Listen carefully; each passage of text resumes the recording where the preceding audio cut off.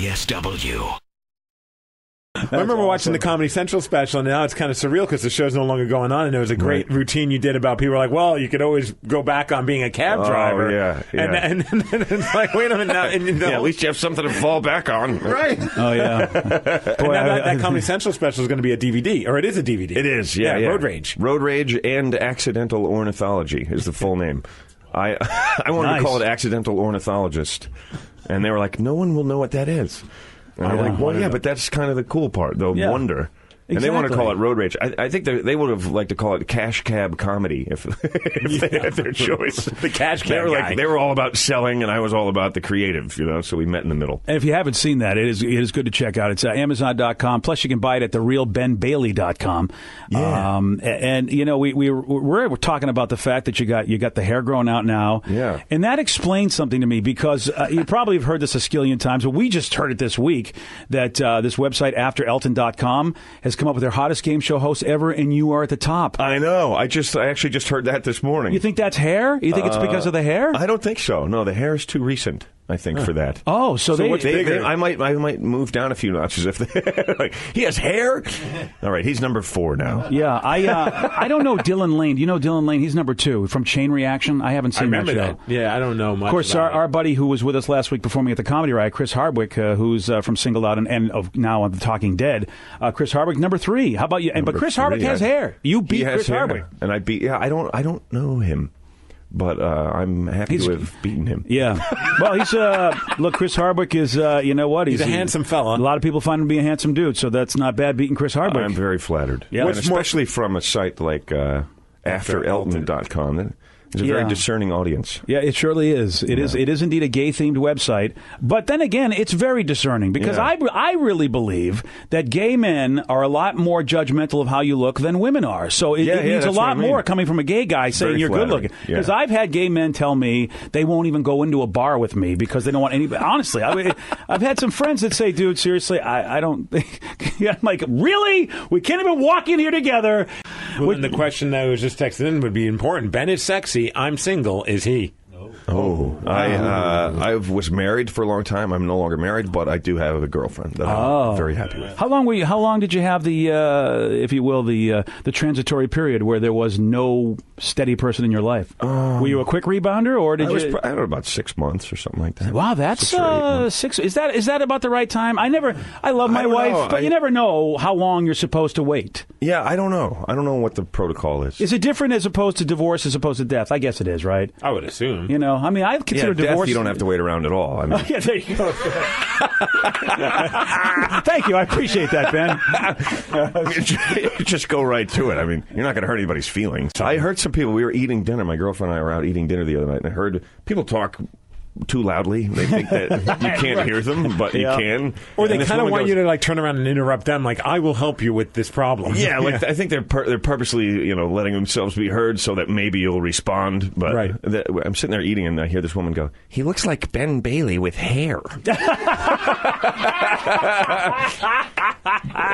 I just kept eating. I didn't say anything, but it throws them off. What is the protocol for that? Because I think that if you're a somebody, I don't expect you to be eating any place where I could be. It's funny. I used to say, people are surprised to see you. Yeah. They wonder what you're doing wherever you are. They're like, what are you doing here? What's so surprising about... I've got to be somewhere. We just they think imagine... you exist in what they know you at. Like, they think I'm always in the cash cab. Oh, there 24/7, that's the only place that I actually exist. They see me outside the cab, and they're confused by it. Maybe they just think you're in some building like with the cast of Taxi, and that's where y'all hang out. And that's it. And that's the only place you can go, and no one can get in because it's a special place. He rooms with Danny DeVito. Yeah, well, Tony Danza. Well, that's what I'm saying.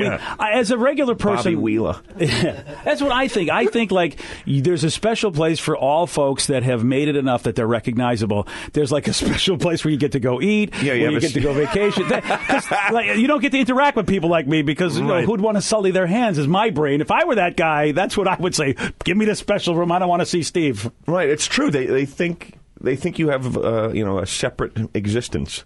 And, it's not just people that are famous. It's like wherever you're used to seeing people. Mm-hmm. Like if you go to the same deli every day and get a sandwich and a pack of smokes or whatever, for years, and then you see the guy from the deli like walking down the street. It's mind-blowing. Yeah. Who is that guy? That's so true. Why do I know that guy? Like, you can't place him without the deli around him. Like, so I get it. I mean, it's weird on a massive scale, you know. It's very uncomfortable. What are you doing here? I'm like, I'm playing golf like you are. What does it look like I'm doing? It is weird. And it's a weird interaction. What do you say to the guy? It's usually about his job, and then I always feel like an idiot. Yeah. So, hey, Jenny, you still a dentist? Still drilling? And they give you that look like, why are you even speaking? So, I used to be a limousine driver, and people would get in and say, they just feel like obligated to talk about something because you're both in a small, confined area together, and they just say the stupidest things like, "So you're a limo driver." Yeah, I'm driving them in my limo. Like, yes, I am. So what's that like? Well, it's like this. It's a lot like this. You're kind of looking at it. It's exactly like this. What do we got for this next text says, I've always wanted to run around New York and get in every cab to try and get in the cash cab. That would be badass. That's from Taylor and Puyallup. I was always wondering, was there ever a trick, or was it really just randomly you were just driving around? And how often did people say, no, I don't want to be on the cash cab? It was really just random. Like, some people would have been interviewed ahead of time, but they were still random. Yeah. They would call it street casting, just to interview people a little bit, to get, all right, we can't have, we've wasted 5 hours shooting crazy people. we don't have a game yet today, so let's start, like, stacking it a little bit. That Talk makes to people, sense. make sure they have a shot at winning. They can actually carry on a conversation. They can speak English. Yeah. They can, get the basics down. Were there a lot of 3 strikes right away? There were so many. So many. I had one guy, he got in, and I can't remember what I asked him. I think the answer was the Taj Mahal, and he was like, he didn't get it. He just gave me part of the question back as his answer, and he's like, "What is India? Is it?" And he kept. So many people answer in Jeopardy format. Oh yeah, just out of they've just been weaned on. So even this dude from Pakistan or wherever was answering the form of a question, and he was like, "What is Indian castle?" And I'm like, "No, strike one." Taj Mahal. It was Taj Mahal, and then Get out of my cab. and the next one was like the State of the Union address, and he was like, "What is winter speech?" No,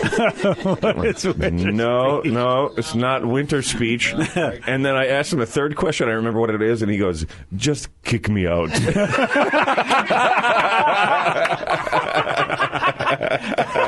That's fantastic. The BJ Shea Morning Experience on 99.9 KISW.